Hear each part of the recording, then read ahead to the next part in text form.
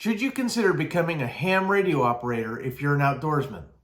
Let's get into it.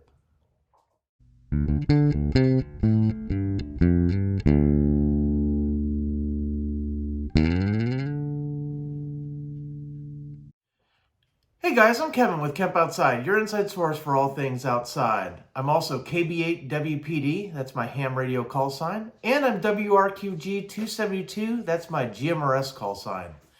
One of the things I see an awful lot in Facebook groups for radio, especially GMRS forums and ham radio forums, is whether or not you should be a licensed ham radio operator.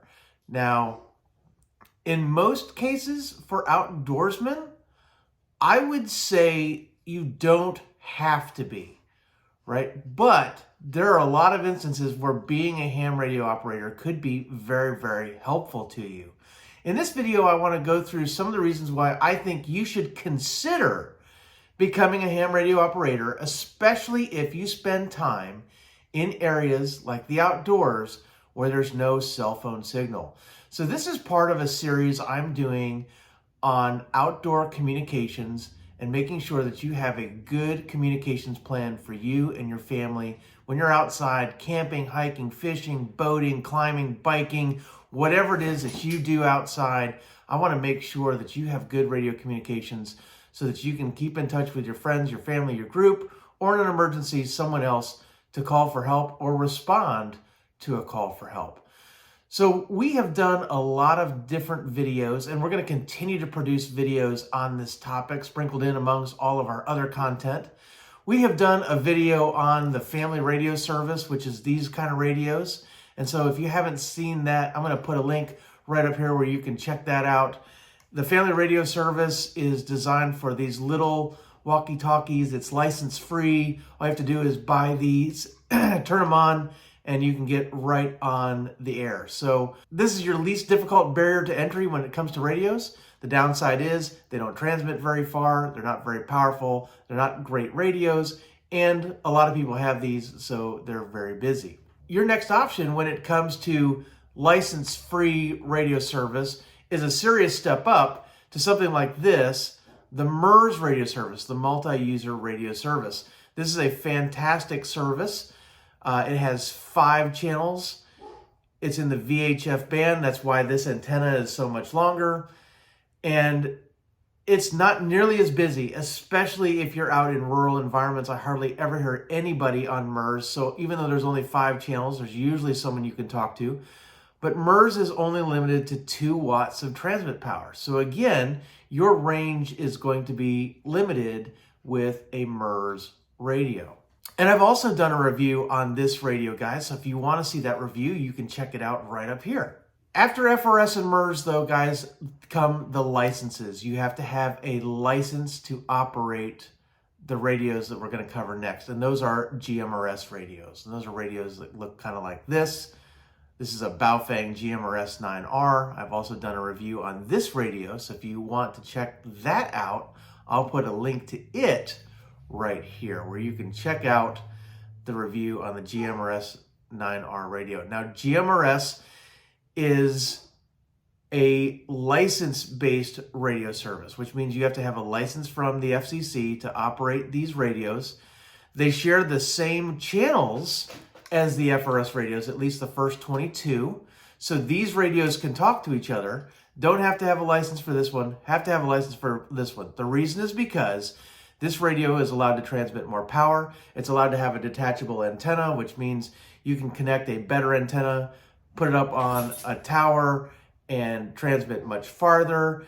This radio also allows some additional channels that this radio doesn't offer, and those are repeater channels. So a repeater is basically where you transmit to a radio that has an antenna somewhere, probably high up. It receives the signal and then retransmits it from that high position with a higher power radio out across the landscape where someone else with one of these can receive that signal, transmit back to the repeater, and then you can hear it. So it greatly increases the range. The good news about GMRS is that you can purchase a license from the FCC. It's about $35 the last 10 years, and it covers your whole family. So when I'm out camping, I have the license, but I can issue radios to my wife, my kids, my mom. I think it covers aunts and uncles and first cousins and those kind of things if you're all together, right? It's not like your license will cover them, living in another state. But if you're all together, you can hand them radios and say, hey, we're all on GMRS channel 7, and you guys can all communicate on one license. The other benefit of GMRS is that there's no exam. You don't have to demonstrate proficiency in operating a radio to be a GMRS operator. The downside, again, is that there's a lot of people on these, because anybody who can talk on these can talk on the first 22 channels of these. And so it tends to be very busy, especially if you're in urban or suburban environments, or even some really busy parks like I've been in before, where there's a lot of GMRS and FRS traffic in state parks and things. So just something to consider. I like GMRS. I use GMRS a lot. There are members of my family who aren't ham radio operators, and so this is our radio service of choice most of the time. But if I had my way, my entire family would be ham radio operators, and we would operate almost exclusively on ham radio frequencies. So one thing I want to mention about the first 3 radio services I just talked about, FRS, GMRS, and MURS, is that primarily with those radio services, you are talking to someone you already know, right? So you don't, in general, now I'm going to say a lot of these things in general, guys, so there are exceptions to the rule. There's people that use GMRS to make contacts. I'm not saying that that isn't a thing, but in general, primarily people purchase FRS, MURS, or GMRS radios to communicate with people they already know. They want to communicate with their group. They want to communicate with their family. Sometimes these are used in businesses. I mean, Walmarts and Ace Hardwares and Home Depots and things, they all have radios. That's probably GMRS or MURS or maybe FRS. It shouldn't be GMRS because they're not license holders most likely, but people use these things without licenses all the time. I don't recommend that, but I'm not your mama, so you can do what you want. But in general, right, people that are using these radios are using them because they want to talk to people they already know. Ham radio is a little bit different, right? In general, ham radio is a hobby where people make contacts with people they don't already know. Okay, so this is especially true on the high frequency bands where people are sitting in a building with a big radio with big antennas that transmit halfway around the world. They're trying to make contacts across the world, and in general, they're talking to people they don't already know. But ham radio also has VHF and UHF bands. VHF stands for very high frequency, UHF stands for ultra high frequency, and they have radios on those bands. And in general, ham radio operators use those bands just like the FRS, GMRS, and MURS bands where they're talking to people they already know. In general, VHF and UHF is a line of sight radio service, which means that they're only going to be able to transmit a short distance in general, and that they're trying to make contacts with other ham radio operators that they know. Maybe they're meeting up for a ham radio club meeting, or they're doing an activity or something like that. And so in general, ham radio operators, when they're on VHF and UHF frequencies, are doing the same thing that for FRS, MURS, and GMRS operators are doing. They're communicating with people they already know. Now, that isn't always the case, but just wanted to bring that up. These are the reasons why I think people should become ham radio operators if they spend time outdoors. Number one is that you learn new skills. Yes, you can learn proper radio etiquette with FRS, MURS, and GMRS radios, but in ham radio, you really learn how to operate a radio. You learn why it works. You learn how it works, and you learn how to talk on a radio. These are really good skills to have because in an emergency, even if you're not the one carrying a radio, if something happens and the person carrying the radio is incapacitated, do you know how to use it? I mean, sure, you can pick it up, hit the button, and scream, help, help, help. But what frequency are you on? What channel are you on? Are you going to reach somebody? Do you know? These are all skills a ham radio operator learns because they have to demonstrate a proficiency in operation of a radio. They have to take an exam to get licensed.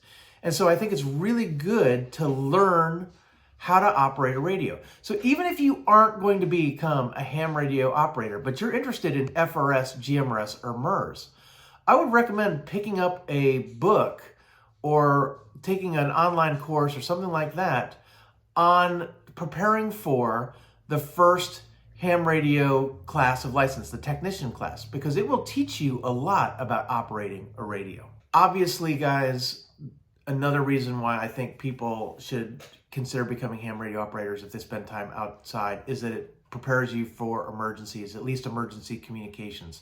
Emergency communications are a huge part of ham radio. In fact, when there's foul weather and the person you're watching on your favorite news station is telling you about all the activity that's happening in your local area, it's probably because a ham radio operator has pointed it out on some Skywarn net and has reported it into the National Weather Service, and that information has been fed to your meteorologist, your newscaster. So ham radio supports a lot of emergency activities.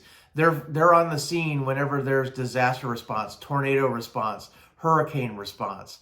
They back up county and state emergency services and EMS. They provide radio communications for all kinds of public activities. My local ham club provides radio support when this town puts on the 4th of July parade. So there's a lot of things that ham radio operators do to support the community, and it's a great way to learn. And then the last thing, guys, is becoming a ham radio operator, again, teaches you the physics of electronics. It teaches you why antennas work and how they work. It teaches you how the radio works, why a signal from over here may or may not reach over here. And if that's where you need to communicate, you need to learn how to make sure that you can make that communication. Becoming a ham radio operator will teach you how radios work, how antennas work, how the physics of electronic signals works. And it's not that complicated, guys, but it will teach you so that in an emergency or just when you need to make contact with someone in your group and you're talking on the radio and you can't figure out why they can't hear you, you're going to learn how to solve that problem when you become a ham radio operator, for the most part.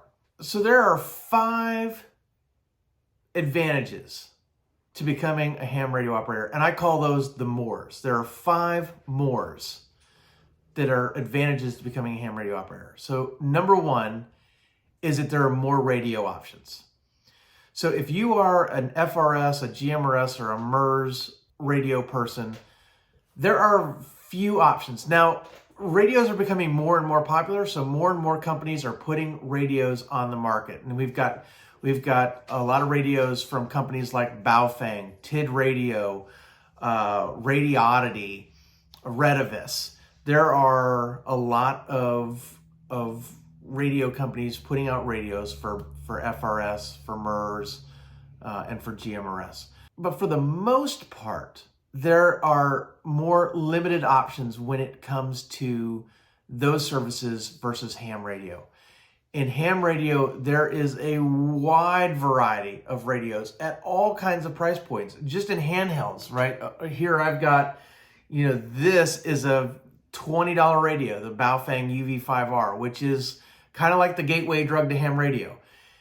I really love this radio. I'm going to be doing a review on this radio soon to talk about, how do you get into ham radio and what's an entry-level radio. I'm going to do a video on that. Moving up the line, guys, there's radios in all different price points. This is one that I've had now for 10 years, I think, maybe longer. This is an Ocean. It's pronounced Ocean. It looks like Wuxin, but it's Chinese. And this is about a $100 radio. So, a step up, better receiver, better transmit, some better features than the Baofeng. It's a step up. You can go up from there, right? So, this radio is another Ocean. At the time of its release, it was probably around a $200 radio. You can find these for $100 now. But, 999 memory channels, again, better quality of radio as you move up. And then even in handhelds, there are more options like digital modes, which we're going to get into soon. And so this is an Anytone. And when this radio was new, it was like in the $250 range. So, you can move up and up. And guys, Kenwood just released a tri-band HT, which is what we call a walkie-talkie. It's a handy talkie, a tri-band radio that's handheld for $750. So guys, if you just have money burning a hole in your wallet and you want to send that brand new Kenwood to Kemp Outside for a review, drop something in the comments below. I would love to hear from you. I'm just kidding. But guys, the sky's the limit on ham radios. You can get any radio at any price point. Then there's also mobile radios, right? And I run a tri-band mobile radio in the Kemp bus, and I love that radio. There are lots of different mobile radios to choose from. In general, right, radios are broken up into two groups in ham radio. You have the Japanese radios and you have the Chinese radios. The Japanese radios are made by ICOM, Kenwood, Yaesu, and Alinco. And then the Chinese radios are your Baofangs, your Oceans, and then there's a variety of others, Redivis, Radioddity, those brands. In general, the Chinese radios are typically less expensive than the Japanese radios. In general, the Japanese radios are higher quality than the Chinese radios, but the Chinese radios are feature rich, which means they have some features that haven't yet been or are just now starting to be incorporated in the Japanese radios. So if you like tech and you like features, oftentimes you might lean to the higher end Chinese radios. And if you like just rock solid quality and maybe you're old school, if you're an old school ham radio operator, it's the big three, it's Kenwood, ICOM, and Yaesu, you might like those radios. The bottom line, guys, is there is a ton of options when it comes to ham radios. And we haven't even talked about the HF stuff, the high frequency stuff, which are the radios that cover the frequencies that you can transmit around the world. That's kind of out of the scope of this video, but there are so many more radio options when it comes to ham radio. The next more, right? I've said there's 5 mores. This is the second more. There are more bands. And this is a huge one. This is probably the biggest reason why I recommend people get into ham radio. So if we're just talking about VHF and UHF, right, which is where FRS, MURS, and GMRS reside. MURS is in the VHF band with only 5 channels. FRS is in the UHF band with only 22 channels, and GMRS is in the UHF band, sharing the first 22 channels with FRS and then 8 additional repeater channels in the UHF bands. So they are locked into that one band. And guys, there are differences in how those bands perform outside. In general, UHF performs better in urban environments. So if you are in cities and towns where there's a lot of buildings and things like that, in general, UHF tends to penetrate those buildings better. And so if some of your contacts are inside and some are outside and those kind of things, in general, UHF is going to work better. So that's your FRS and GMRS. And then when you're outside and you're on more open terrain, yeah, you're gonna have some trees and things like that. But in general, it's more open. In general, VHF performs better than UHF, in which case you might want to consider MURS if you're not a ham radio operator. But if you're a ham radio operator, you have all of those options, and you have all those options oftentimes in one radio. Everything from the cheapest $20 Baofeng radio is a dual band radio, which means it has VHF and UHF in the same radio. So you can choose, hey, I'm in an urban environment, let's pick a UHF frequency. Hey, I'm out in the woods, let's pick a VHF frequency. You can even test. You can say to your group, hey, we're going to try this VHF frequency, and if we can't hear each other very well, let's switch over to this UHF frequency. And so you have lots of options. And that's true in the $20. It's also true in the $250 to $750 radio. Almost all the ham radios that are being produced today, in general, almost all of them are dual band radios at least, which means they have VHF and UHF. But there are radios being produced today that not only have the 2-meter VHF band in ham radio and the 70-centimeter UHF band in ham radio, but some of them also include the 1.25 meter band, which is my favorite band for outdoor activities, and the 6-meter band. So you have 4 different bands of options for you in handheld radios if you're a ham radio operator. So what does that mean, right? Why is that important? Well, one of the reasons is it gives you more channels, right? Or more frequencies to communicate on. In ham radio, we communicate on frequencies, not channels. You can program frequencies into your radios as channels, but we don't have channel 1, channel 2, channel 3, channel 4. We have frequencies, and we use whatever frequency we're on.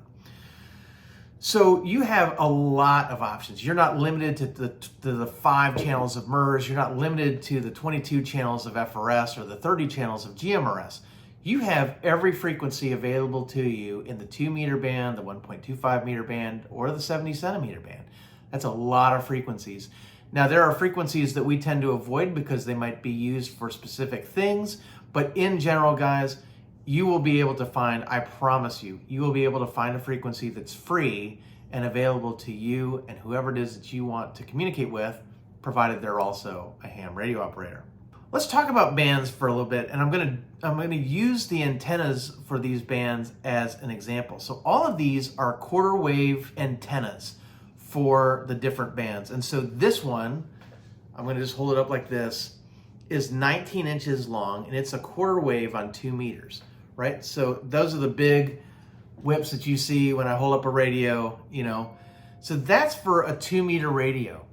And in general, a quarter wave is the shortest antenna that you're going to want for decent performance. Now, there are a lot of antennas that are shorter than this when you buy radios, guys, and they're all a compromise. They're compromising signal for convenience or comfort, right? So when this radio has this short of an antenna on it, it's obviously shorter than it should be, which means the antenna is probably coiled up inside there, right?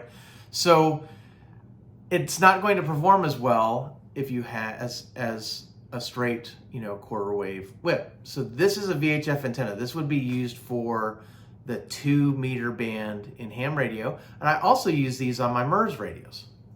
All right. The next up is the 1.25 meter band. Now, this is a band that is not used very often, even amongst ham radio operators, which is why it is my favorite band in ham radio. Is I can be on there with my son, who's a ham radio operator, and there's nobody else on there. No one is listening to us. We have the whole band to ourselves. But as you can see, this is a much shorter antenna, and I didn't, before I made the video, look up what a quarter wave is.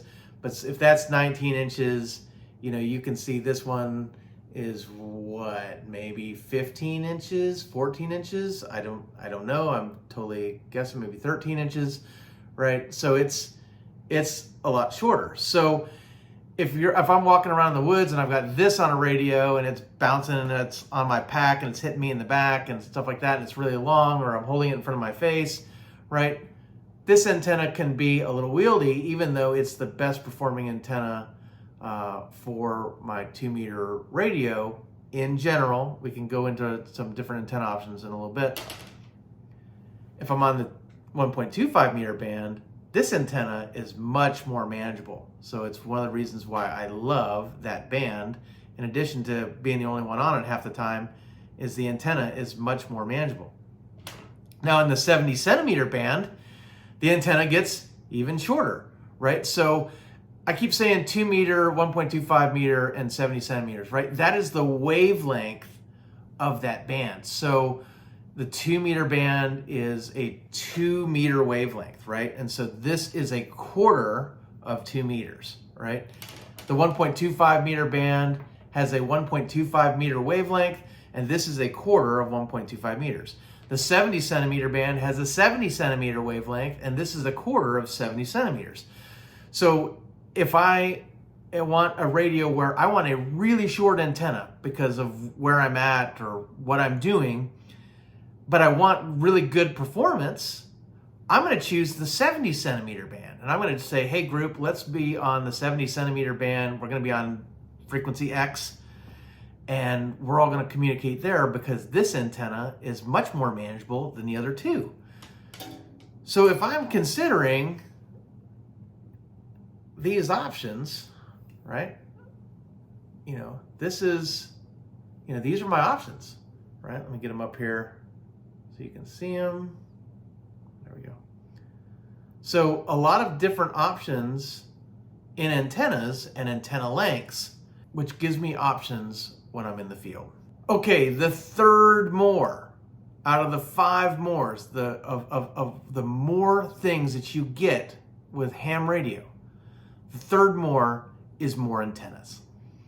Okay, so this is a little bit of a complicated one, but in general, right, you have more antenna options with ham radio than with any other radio service. Now, that can be for a number of reasons. Number one, if you're operating an FRS radio, by rule, FRS radios are not allowed to have detachable antennas. So if you have this antenna on this radio, you are stuck with it. There's no upgrading to a quarter wave whip antenna, right? And you can see the difference in length, right? There's no upgrading to this antenna on this radio. You are stuck with this. So FRS, the antenna you get with the radio is the antenna that you have to use, bottom line. When you're talking about a MURS radio, right? Now MURS radios, you can change the antenna, and I do. I put these ham radio antennas on these MURS radios, but in general, you're limited to a few antenna options with MURS.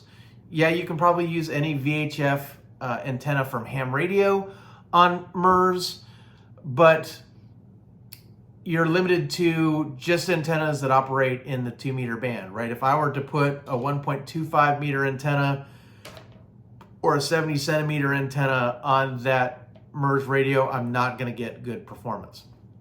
So I'm limited to antennas in that band. The good news about MURS radios is they are allowed to have detachable antennas, and you can put an antenna on a tower. So even though you're only allowed 2 watts of transmit power, a good antenna can make up for low power transmissions. So you do have some options with MURS, but not as many options as ham radio. And then in GMRS, it's pretty much the same as MURS. So GMRS is a UHF frequency band radio. So I use a UHF frequency ham radio antenna for my radios as an upgrade, and they do work pretty well. But in general, these radios are only limited to UHF band antennas or the dual band 2 meter, 70 centimeter ham antennas that are out there. And these do perform pretty well. The other thing is, again, just like MURS, it's detachable. You can use an antenna, a separate antenna for these radios. So you could put an antenna up on a tower, or you could get a mag mount or permanent mount antenna for your car. Same thing with MURS, where you have an antenna that's outside the body of your vehicle, so it's gonna greatly enhance your signal. So there are definitely more antenna options with GMRS and MURS than there are with FRS, but again, not as many as ham radio in general. One of the historical values of ham radio has always been experimentation. And so ham radio operators are encouraged to design and build their own antennas, to design and build their own radios. So in general, there are going to be many more options in ham radio because you don't even have to just buy something off the shelf. There are directional antennas where if I know that where I want to transmit to my receiver is due west of me, I can build an antenna that focuses my transmission in a single direction. They're called Yagi antennas. And I can build one of those or buy one, and I can set it up so that it points due west and send all of my signal strength due west to hopefully have my signal reach its intended destination. Yes, you can build MURS Yagi antennas. Yes, you can build GMRS antennas that are Yagis. But in general, you probably aren't going to have the knowledge to build those antennas because you haven't learned about how the radios work and how antennas work that you have to do with a ham radio license. So in general, guys, there are many, many, many more antenna options for you in ham radio than there is with FRS, GMRS, or MURS. And that's, again, not even covering the HF stuff, right? So that's not even covering the big radios and big antennas that people use to transmit halfway around the world. And by the way, guys, they don't always have to be big radios, and they don't always have to be big antennas. There are guys operating halfway around the world with small radios, with small transmit power, and just wire antennas that they string up in trees and stuff like that. It's really, really cool stuff. If you have any interest in radios as a hobby at all, I highly recommend you get into ham radio because there's some really neat things that you can do. The last thing I want to say about antennas, guys, is it isn't just about the antennas that you can put on your HT, your walkie-talkie. There are also mobile antennas. And guys, we've done a video on a mobile antenna that's coming out here real soon. It is my favorite mobile antenna for VHF, UHF communications for 2 meter, 1.25 meter, and 70 centimeter ham bands, as well as MURS, GMRS, and I even tried marine VHF. This antenna is sweet. So when it gets released, I'm going to put a link to it right up here where you can check that out. I don't think it's come out yet, but when it does, I'm going to put a link right up there where you can check that out. Excellent, excellent, excellent antenna. Now, you can use mobile antennas with MURS and GMRS, not FRS. But again, with ham radio, you're going to have more antenna options. You also have more band options. So you can put a mobile antenna for 1.25 meters on your car. You can put a mobile antenna for 6 meters on your car if you want to. So you have more options than just the FRS, GMRS, or MURS. We also have base station antennas. Now you can use a base station antenna for GMRS and MURS, as I said before, but you have a lot more options in base antennas for ham radio. And also you have more bands in ham radio, so you have more options for antennas because you have more bands. So you can have a 6 meter base station antenna. You can have a 2 meter 440 base station antenna. You can have a 1.25 meter base station antenna, and there are lots of different designs for those antennas. So they can be verticals, they can be horizontally polarized antennas for some different modes, which we're going to talk about in a minute. They can be roll-up J-poles. They can be made out of all kinds of things, from wire to copper to steel to aluminum, all kinds of different materials. And again, guys, ham radio operators are always encouraged to experiment and build their own antennas. So in general, you're going to have a lot more antenna options. And guys, antennas are the most important part of your radio system. In general, nothing matters as much as a high-performing antenna as high up as you can get it. So that trumps power, that trumps receive sensitivity, it trumps quality of your transmitter. All of those things matter, but they don't matter nearly as much as the quality of your antenna. So what do you get with ham radio? More antennas. Okay, the fourth more in the 5 mores of ham radio, right, is more frequencies. And guys, we did talk about this already a little bit in the bands, but just to recap, you're not limited to the 5 MURS channels. You're not limited to the 22 FRS channels. You're not limited to the 30 GMRS channels. You have every frequency available to you in every ham radio band that your license allows you to transmit on. So there are 3 licenses in ham radio. There's Technician, General, and Amateur Extra. Technician is the entry level, and you get a lot of frequencies that you're able to transmit on, but not all. You have all of the UHF bands as well as the VHF bands.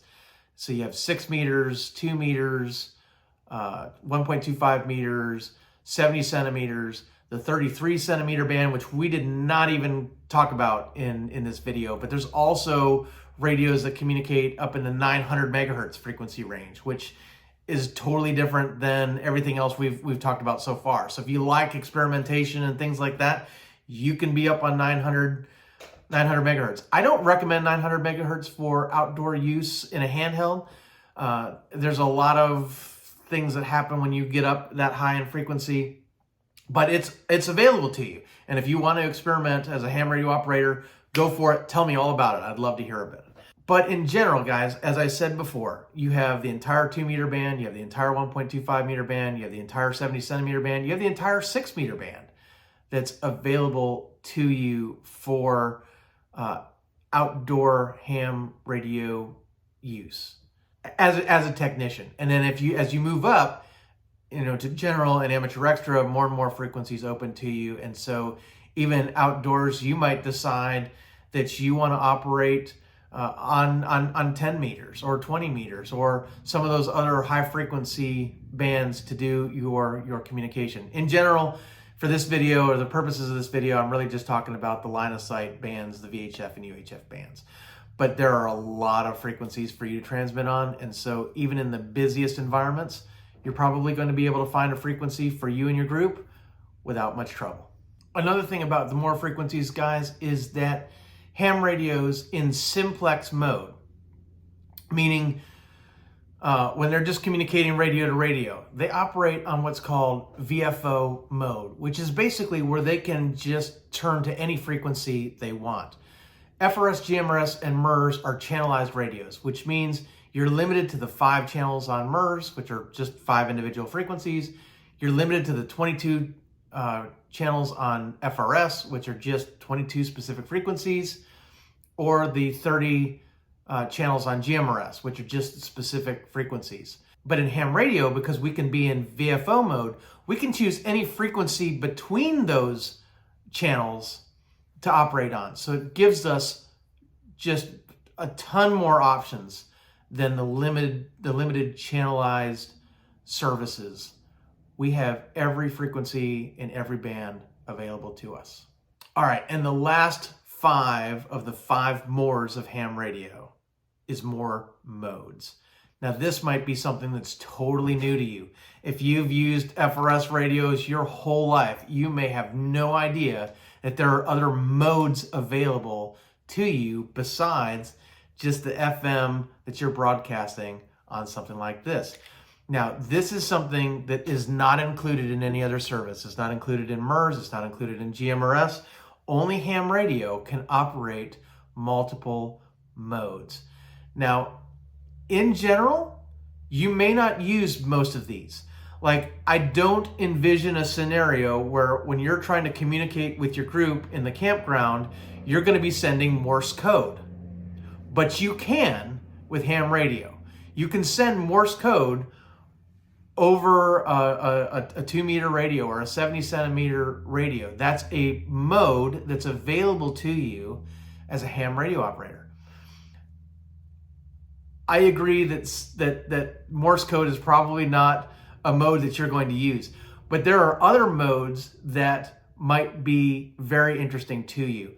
Now, there are no handheld radios made right now that are operating on AM mode or single sideband mode in ham radio, but there are some mobile radios and some base station antennas that operate in those modes. And in general, for your single sideband and AM type broadcasts, that's where the horizontal polarization of your antenna matters. So let's just say that, and this is probably a really new concept to you, so I'm not going to go into super depth, but in general, this is vertical polarization, right? And when you're talking on a walkie-talkie and you have one in your face, your antenna is vertically polarized. In general, when we're talking on FM, we use vertically polarized antennas. That just kind of makes sense. In a lot of ham radio, stuff is done AM and single sideband. And in general, those antennas are always horizontally polarized. It's just the way they do it. To find out why, you probably need to study for a ham exam. I don't want to go into it in this video, but in general, it's horizontally polarized. So if you are operating on single sideband or AM in 2 meters or 70 centimeters or 1.25 meters or 6 meters, you're probably going to want a horizontally polarized antenna. You're going to want it to sit like that. You have options for that. One of the reasons to use single sideband is to maximize distance. A lot of times people are using directional antennas and single sideband to communicate farther distances in VHF and UHF. It's really cool. It's probably not something that you're going to get into right away, but if you have an interest in that kind of stuff, it is an option to you. But let's talk about the modes that I think might matter to the outdoorsman, and that is the digital modes. So have you ever been on a radio, like this or something like that, and all you hear is, right? And that's all you hear, and you can't make out a word that they're saying. Well, in digital, all of that gets cleared up. A digital signal is just ones and zeros. It's either there or it's not. So it is crystal clear transmission. It is like I'm talking to you right now. And so one of the things that my son and I like to do, because we're ham radio operators, is we use a DMR radio. And DMR stands for digital mobile radio. Now there are other digital modes. There's D-Star. So in general, D-Star is on ICOM radios in general. Yaesu has C4FM or Fusion or System Fusion. Some people use different terms, so it's all the same thing. That's a digital mode. Those are on Yaesu radios. There's NXDN, there's P25, there's all kinds of digital modes. DMR is probably the most popular, or at least has the most number of radios that have DMR, which is digital mobile radio. And so we use DMR on our Anytones. This is an Anytone 868. I'll probably do a review of digital mobile radio in the future where I go into a little more detail about why DMR might be good for outdoor use, which will be a little bit different of a take than most of the DMR videos you see on YouTube. But in general, it's all about the crystal clear quality of the audio signal. And so in general, the signal's either there or it's not. So it's crystal clear until you're too far away to hear each other, and then it just disappears, right? So in an environment where, you're trying to communicate and it's super staticky, trying a digital mode like DMR or D-Star or Fusion, C4FM, might be a much better option for you than your regular analog FM. I love DMR for communicating with my son. It's crystal clear. You can hear it. There's some other benefits to DMR. We can shoot text messages over the radio. I think you can even send like images and stuff like that. So there's all kinds of things that you can do with digital mobile radio that's pretty cool. And so that might be a mode that you would be interested in. And those are not available on FRS, GMRS, or MURS. There's one last mode that I do want to mention, and that is APRS. And APRS is Automatic Packet Reporting System. And I use APRS to transmit my location. So one of the things that I do, especially when I'm traveling and I'm on road trips, you can follow me, guys. You can see where I'm at in the world, especially if I'm on a trip. If you go to aprs.fi and you search for my call sign, KB8WPD, if I'm transmitting APRS and it's being picked up by a tower somewhere and putting my position on the internet, you can look up and see where I'm at. So you can stalk me. Kind of scary, but in general, I'm always moving, so I don't think you're going to catch me. But in general, you can track our positions, and so I can transmit my position, and if it's picked up, and that's a big if. So sometimes you're in places where There's no receiving station to receive your signal and then put you on the internet for people to look up where your position is. If you have another radio that receives APRS, they can receive that directly and then decode your GPS latitude and longitude and find out where you are. So it's just something that you might want to consider is, do you want to broadcast your location? There's also other things that you can do with APRS. You can send text messages, you can send emails.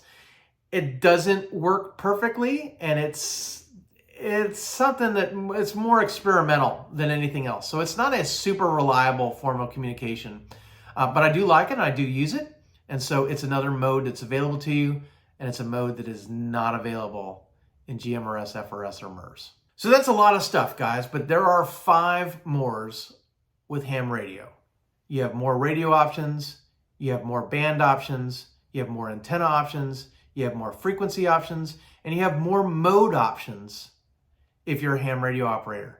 And that's why I use ham radio when I'm outside. I use a lot of the things that I just talked about in this video. I use different bands, I use different antennas, I use different radios, I use different frequencies, I use different modes. I use all that stuff, and it's very, very helpful to me. But there are some downsides to being a ham radio operator. I am not here to tell you that everyone should be a ham radio operator.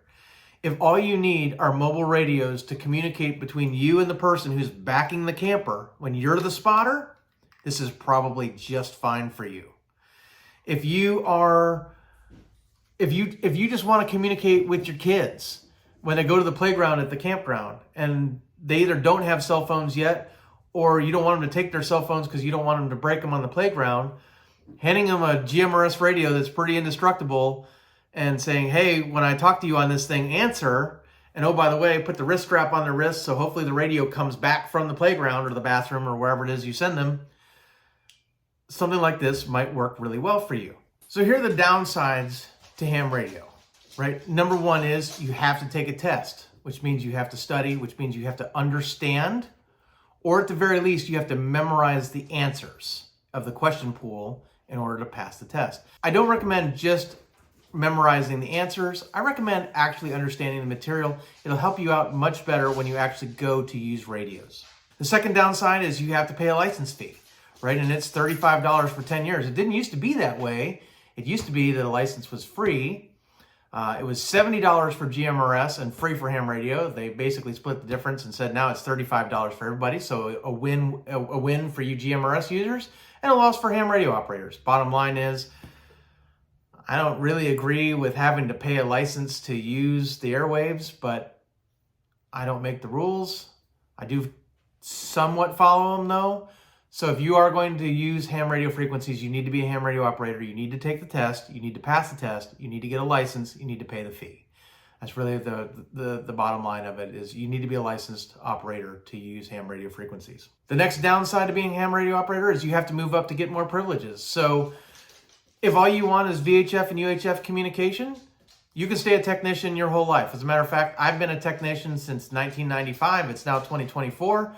But this year is the year I'm going to upgrade to general because I actually want to do more HF stuff and I want more privileges. So I'm going to actually study, take the test, and move up a license class because I want to do that. But in general, if all you want is VHF and UHF communications, you could stay a technician for as long as you want. For the most part, guys, I was always using ham radio for my outdoor hobbies, and so I was fine with VHF and UHF. There's some newer things in ham radio that have really piqued my interest, which I'm going to cover in the last segment of this video, which is why I want to move up, and I'm going to talk about those in a second. The last downside is that it can be an expensive hobby. Just ask my wife. I always want a new radio. Just like I always want a new tent, I always want a new fishing rod, I always want a new boat, I always want new something, right? And ham radio is no different. So I always want a new radio, I always want a new antenna, I always want a new whatever. So in general, ham radio can be a very, very expensive hobby. Now it doesn't have to be. You can just, again, if you want a high quality radio to just use while you're camping and fishing, and you know, hey, I'm just going to stay on the 2 meter and 70 centimeter bands, you can get $100 radio per person and have a sweet setup, right? You can go a lot cheaper and you can buy one $20 radio per person and have a decent setup that's going to work for you in most cases. But it's where you say, I want to transmit a little farther. I want to do something different. I want to be on a different band. I want these options. Then you're talking about, or I want to be able to communicate while I'm mobile in my car. So, or I want a base station where I can transmit farther distances. So I want an antenna on a tower. All of those things cost money, and the more you want to do, the more money you're going to spend. So those are the downsides of ham radio. I want to talk about a few of the activities that are really exciting to me about ham radio, and more of a reason why I think you should consider to become a ham radio operator. Okay guys, so there is a craze that has taken ham radio by storm, and I think it's brought a lot of new life into ham radio, and it's brought a lot of new interest into ham radio. And that is POTA, or Parks on the Air. And it is the reason why I want to upgrade from a technician class license. Basically, ham radio operators all around the world are going out to their state and national parks, their wildlife refuges, their national forests, their state forests, and they're setting up temporary base stations with the goal of trying to make radio contacts around the world and around the country. It's really, really cool. There's a lot, it's not a contest in the traditional sense of ham radio, but it is a way for ham radio operators to really test out their skills, develop new skills, practice for emergencies, all kinds of things where they have to set up a portable station, set up an antenna, and try to contact as many stations as they can in the time that they have while they're there. Really, really neat stuff. And because we camp, hike, and fish all over the country in state and national parks and other places, I thought that this would be a really neat activity to add to the stuff that I do when I'm outdoors. And I'm really, really excited about it.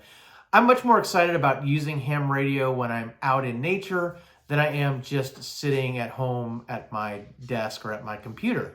So this is something that's really cool. For you hikers out there, there's also summits on the air, which is basically where ham radio operators take probably as light a weight gear as they can, hike up to the summits of mountains and hills and wherever else they can go, and they try to make contacts on top of the mountains that they climb.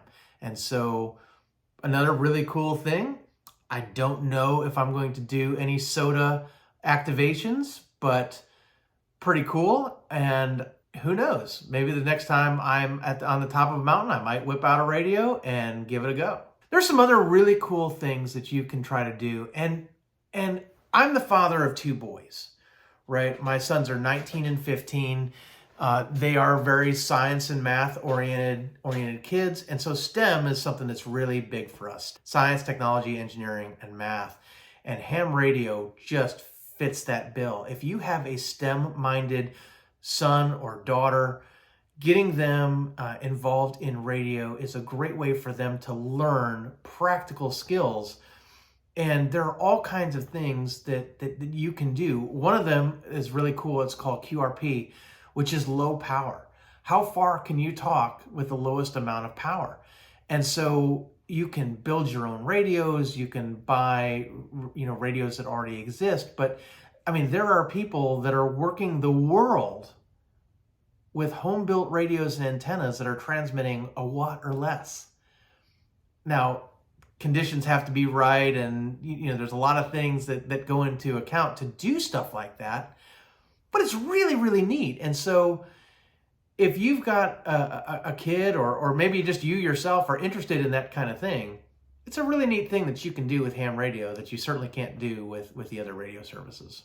As I said before, ham radio is all about experimentation. And so if you are electronics minded at all, or you want to build antennas or build radios or build anything, right? Ham radio is for you because you can test and experiment to your heart's desire. You can spend as much or as little money as you want. on components, and there are ham radio fests all over the United States with swap meets where you can walk through and look through someone else's junk, and maybe it's a treasure for you, and you go, oh my gosh, that is exactly what I need to build my whatever. And you can pick it up for a nickel and build your own stuff, and it can be really, really cool. So if that's something that you're interested in, ham radio is the place for you. All over the United States are ham radio clubs, and this is something that, you know, I really looked into. So, you know, my oldest son, you know, we adopted our boys out of foster care when they were 10 and 6. And so kids who come out of foster care have all kinds of challenges, you know, and if you've had any experience with that, then you would know. And so we looked at a lot of different options to get our boys exposed to different people and maybe different areas to make friends and things like that. And so one of the things that we looked into was our local ham radio club. And depending on your local ham radio club and what they're doing and how active they are and those kind of things, it might be a great option for you or your kids to get involved and to learn new skills. I'm not going to lie, most of the people in ham radio clubs have gray hair. Not going to lie. But you can also think of them as extra grandmas and grandpas out there that love to share their hobby, ham radio, with people who are interested in. My son, when he got his license, a ham radio operator that he met at a state park in Georgia mailed him a radio. Just gifted it to him. Said, here, I don't use this handheld anymore. Want you to have it. You know, congratulations on getting your license. So really, really cool. I mean, it's a really neat opportunity for older hams to give back to younger hams just starting out. So if you have kids and they are technology inclined, maybe checking out your local ham radio club is a great option for you and your kids. And who knows, if they're very active in POTA and stuff like that, it might be another avenue or opportunity for you to get outside with your kids. Another activity that ham radio operators do is contests. And there are some people that are very, very, very competitive in ham radio. And so if you are a competitive person, or your kids are competitive people, and they want to see if they can contact every country, or get so many contacts per each continent, or communicate with the International Space Station, or whatever it is. There are official contests and there are unofficial contests, guys, but you can be as competitive or as challenged as you want in ham radio. What do you want to do? How are you going to stretch yourself? You know, what are your goals? And so there's all kinds of stuff that you can do in ham radio to challenge yourself and to become a better radio operator. Really, really cool stuff. And guys, the last thing that I want to mention is that there are some really, really neat incentives for kids. There are scholarship opportunities for kids. Ham radio operators at a young age are able to apply for different scholarships that are put out by radio manufacturers and ham radio clubs, and all kinds of organizations want to give scholarships to kids who are tech-minded. So again, I'm all about getting kids outside. I'm all about helping moms and dads. But if you have a tech-minded kid, getting them involved in ham radio and then taking advantage of scholarship opportunities and other things is just a no-brainer. So, you know, look into the opportunities for kids in ham radio. It's, you know, and guys, if you don't know, there are some major ham radio fests around the country, and one of them just happens to be about 2 hours away from me, or an hour and a half away from me. And that's Hamcation, which is like the second largest ham fest, at least in the United States. And when I walk around there and visit the different booths, it's amazing to me what they have available for kids. And so they're just want to encourage kids to get involved. And so even just looking it up online or visiting a ham fest, you might be able to find opportunities for kids, either scholarships or programs or events or camps or whatever. There's lots and lots of stuff for kids. So if you've got a tech-minded kid, ham radio might be for you. So guys, I know this was a long video and I didn't mean for it to be so long, but there's just so much to consider when it comes to ham radio. I love being a ham radio operator. It brings me a lot of joy. I love doing it with my older son. My younger son is now talking about studying for his technician. I'm super excited about that. I'm actually competing with my older son to see who will get our general first. It's going to be me. But I love doing ham radio with my kids. I love doing ham radio outside. I love the tech side of things. I'm a techie. I love that it gives me something that I can do with my kids. I love that it opens me up to new people and all kinds of people. I just enjoy it. My neighbor and one of my best friends for years and years, we met in college, and he bought the house next to me in Florida, which is, one of those people who's stalking me. He probably checks my APRS. He's a ham radio operator. His parents are ham radio operators. He's trying to get his wife and his son to become ham radio operators. We have a good time. And I just really, really enjoy being a ham radio operator. And it's very, very helpful as an outdoorsman. It's helpful when I'm hiking. It's helpful when I'm camping. It's helpful when I'm on road trips. I can't tell you how often I've made contacts when I'm driving across the state, getting, real-time traffic updates or those kind of things. Although I'll admit that if you want real-time traffic updates, running the Waze app on your phone and CB radio are probably your best bets. But in general, I've gotten a lot out of ham radio. It's done really well for me. It was something I got into when I was 15 years old and in Civil Air Patrol, and I've stuck with it, and I really enjoy it. And I think that you will too. If it's something that you're interested in, if you're tech-minded at all, or you're looking to increase your radio operator capabilities, I highly recommend ham radio. Guys, I'm Kevin with Kemp Outside, your inside source for all things outside. We exist to help moms and dads take their kids camping, hiking, fishing, learn about nature, and develop a conservation ethic. We want to help you get you and your kids outside.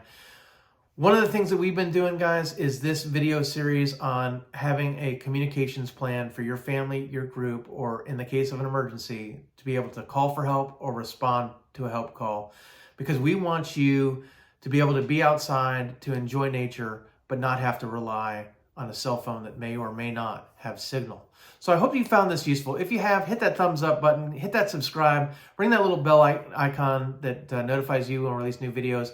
We're going to be bringing you a lot more on outdoor comms and radio reviews and gear reviews and antenna reviews and topics along the lines of radio communications. But guys, we also do gear reviews and how-tos for camping, hiking, and fishing gear. We do all kinds of camping, hiking, and fishing content. We do campground reviews. We do all kinds of stuff. So if any of that stuff excites you, I would love for you to join us here. If you have any questions at all about what I covered in the video on ham radio or any of the other radio services, drop something in the comments below. I'd love to hear from you. If you're a ham radio operator, tell me why you got into ham radio. I would love to hear that too. So drop something in the comments, and maybe one day we'll hear each other on the air. You can also connect with us on our other social media. We're on Facebook, LinkedIn, Instagram, and X, or you can connect with me at my website at kempoutside.com.